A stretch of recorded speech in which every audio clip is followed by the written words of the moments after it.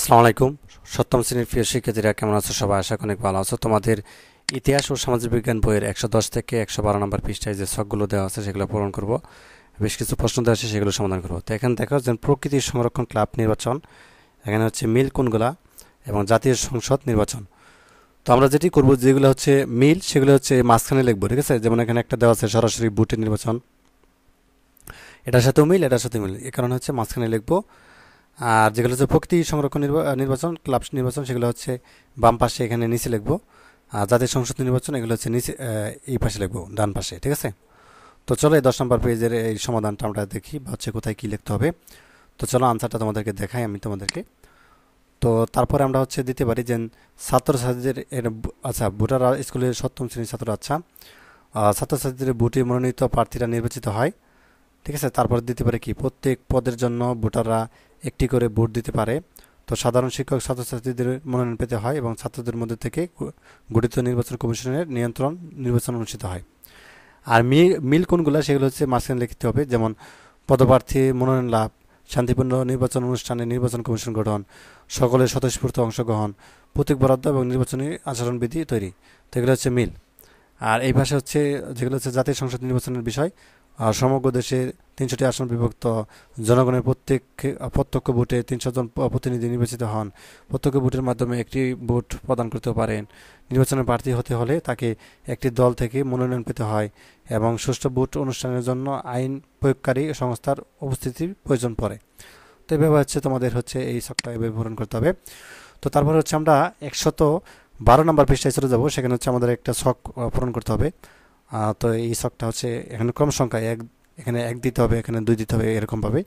আর এখানে দেখো কাজের বিবরণ দেওয়া আছে, দায়িত্বশীল ব্যক্তি, এলাকার যাদের সহযোগিতা পাওয়া যেতে পারে এবং কোন এলাকায় কাজটি করা যাবে, সময়কাল, এগুলো লিখতে হবে, তাই না? তো কাজের বিবরণ দেওয়া আছে, যেমন বন্যপ্রাণীদের আবাস ও খাবার, প্রাকৃতিক উৎস নিশ্চিত করার জন্য গাছ লাগানো। তো দায়িত্বশীল ব্যক্তি আমরা এখানে লিখবো তার নামটা, এবং এলাকায় যাদের সহযোগিতা পাওয়া যেতে পারে তাদের নাম লিখবো, এবং হচ্ছে কোন এলাকায় কাজটি করা যেতে পারে সেটা লিখবো, সময়কালটা লিখবো। তো আনসারটা তোমাদেরকে একটু দেখাই। তো দায়িত্বশীল ব্যক্তি আমরা এখানে দিলাম প্রধান শিক্ষক, এলাকায় যাদের সহযোগিতা পাওয়া যেতে পারে স্থানীয় প্রশাসনের সদস্য, কোন এলাকায় কাজটি করা যেতে পারে, স্কুলের দক্ষিণ ও পূর্ব পাশের এলাকাগুলোতে, সময়কাল কত, সেপ্টেম্বর অক্টোবর, ঠিক আছে? তো তারপরে হচ্ছে ২ নম্বরটা দেখো, ২ নম্বরটা দিতে পারি যে দায়িত্বশীল ব্যক্তি কারা, স্কুলের পরিচ্ছন্নতা কর্মী, এবং এলাকায় যাদের সহযোগিতা পাওয়া যেতে পারে স্থানীয় প্রশাসনের সদস্য, কোন এলাকায় কাজ করা যেতে পারে, স্কুলের আশপাশের সব এলাকায়, সময়কাল সারা বছর।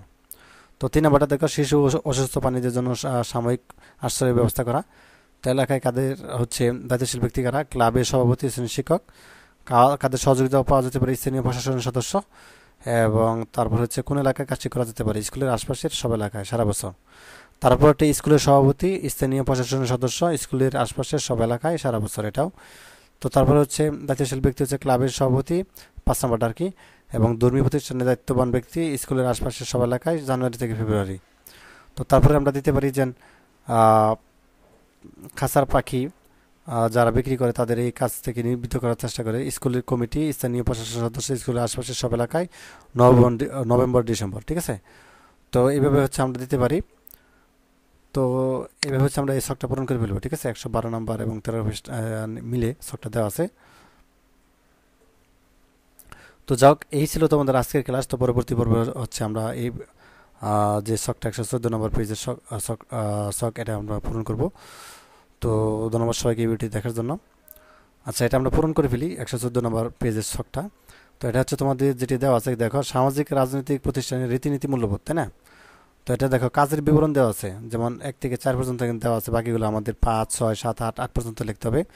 যেমন কাজের বিবরণ, অন্যকে মত প্রকাশ করতে দেওয়া, দায়িত্বশীল সামাজিক রাজনৈতিক প্রতিষ্ঠানের নাম দিতে হবে, সামাজিক রীতিনীতি মূল্যবোধের নাম দিতে হবে আর কি। এখানে একটা দেওয়া আছে গণতান্ত্রিক মূল্যবোধ, তো বাকিগুলো দিতে হবে। তো এই অ্যান্সারটা যদি আমরা দেখি, আনসারটা তোমাদেরকে দেখাই, যেমন প্রথমটা অন্যকে মত প্রকাশ করতে দেওয়া, তখন দায়িত্বশীল সামাজিক রাজনৈতিক প্রতিষ্ঠানের নাম সরকার, গণতান্ত্রিক মূল্যবোধ। তারপরটা হচ্ছে নিজের মত প্রকাশ করা, তাই না? রাজনৈতিক সংগঠন, মত প্রকাশের স্বাধীনতা, এবং রাজনৈতিক সংগঠন, পরামর্শ সহিষ্ণুতা। জাতীয় সংসদ, গণতান্ত্রিক মূল্যবোধ। জাতীয় সংসদ, জনমতের প্রতি শ্রদ্ধা। জাতীয় সংসদ, পরামর্শ সহিষ্ণুতা। তো এখানে যেভাবে দেওয়া আছে ঠিক এইভাবে পূরণ করে ফেলবা, ঠিক আছে? তো এই ছিল আজকের ক্লাস। তো পরবর্তী পর্বে হচ্ছে আমরা অনেকটা পেজের সমাধান করব। তো ১১০ থেকে ১১২ নম্বর পৃষ্ঠা পর্যন্ত আমরা সমাধান করলাম। তো ধন্যবাদ সবাই। 14 নম্বর পৃষ্ঠা পর্যন্ত সমাধান করলাম। ধন্যবাদ সবাইকে ভিডিও দেখার জন্য। আল্লাহ হাফিজ।